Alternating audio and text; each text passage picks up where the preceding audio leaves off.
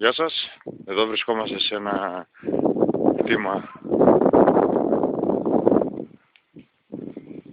που βρίσκεται στην περιοχή της Αλεξανδρούπολης. Όπως μπορείτε να δείτε, είναι αυτόνομα, υπάρχει ηλεκτρικό αυτόνομο.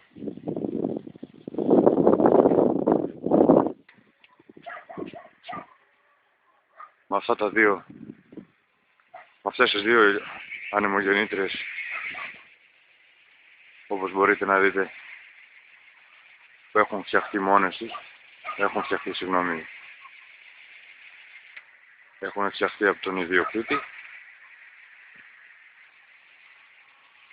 Τον παρέχει ρεύμα ηλεκτρικό δωρεάν.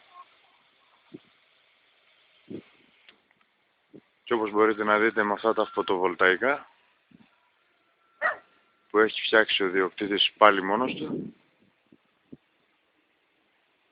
τον παρέχουν 24 ώρες το 24ωρο αυτόνομο ρεύμα. Δωρεάν δηλαδή.